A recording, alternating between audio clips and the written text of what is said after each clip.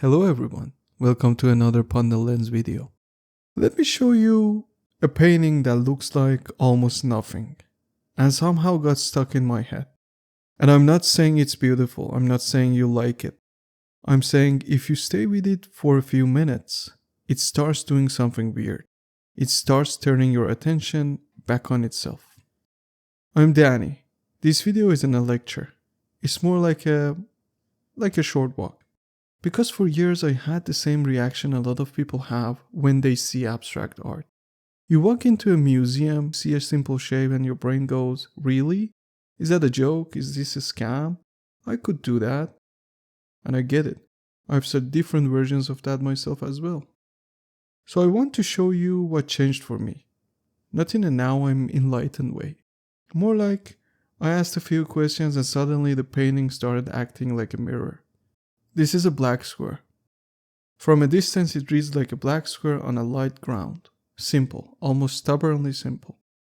But if you zoom in, it's not a logo, it's not a digital graphic.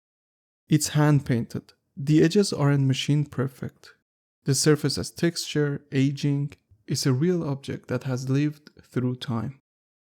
And one small detail people don't always know, there are multiple versions of this work across different years. So even the it's just one simple thing story is already a little more complicated. Now the way I started thinking about this painting is through guardrails. Like what did the artist choose to allow and what did they choose to forbid? Because abstract art isn't random emptiness, it's often restriction. So here are the restrictions I notice. A squarish form, something rigid, geometric, almost stubborn. A near black mass against a lighter field. No subject, no faces, no landscape. No story you can recognize in 1 second. And when you remove the subject, something happens. You can't just consume it the way you consume images online. It doesn't immediately say, here's what you should feel. It says, okay, you tell me, what are you bringing into this? Here's what honestly happened the first time I really looked at it. I didn't have some mystical moment. I got obsessed with the boundary, the edge where dark meets light. From far away, it feels almost clean, like a decisive statement, like visual punctuation. And then two questions showed up in my head and wouldn't leave. Why this size? Why here? Why centered? And the questions multiplied. Why not offset it? Why not bigger, smaller? Why a square, not a circle? Why not tilted? And that's when I realized something. The painting wasn't giving me an answer, it was giving me a problem to sit with. And once those questions appeared, my brain started generating a whole alternate museum. Imagine the square tilted. Now it feels unstable, falling, like a door that doesn't fit.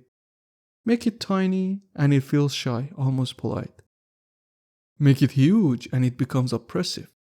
It starts to feel like it's pushing you out of the room. And I'm not saying any of these are correct interpretations. That's not the point. The point is, the extremely reduced image triggered a surprising amount of meaning making in my mind. 2 tones, 1 dominant form, and my brain started writing stories anyway. And that's when I started thinking, maybe the painting isn't empty, maybe it's a catalyst.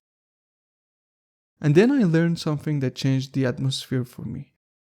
When it was first exhibited, it wasn't hung like a normal painting. It was placed high in a corner, the kind of position traditionally reserved for religious icons. I'm not saying that it magically makes it good, but it tells you something important. It wasn't presented as a casual design experiment. It was presented like a claim. This isn't a picture of the world. This is a statement about what painting can even be. Now here's the part I want to say gently. Abstract art doesn't automatically reawaken curiosity. A lot of the time, it triggers a wall. And that wall sounds like, is this really art? Is this a scam? Is this just a scheme? I could paint that. And I think it's a trained reflex. As adults, we spend a lot of our lives scanning for value. What's useful? What's efficient? What's the point? What does this do? That mindset is always for solving problems, but it can kill your ability to experience things that don't behave like tools.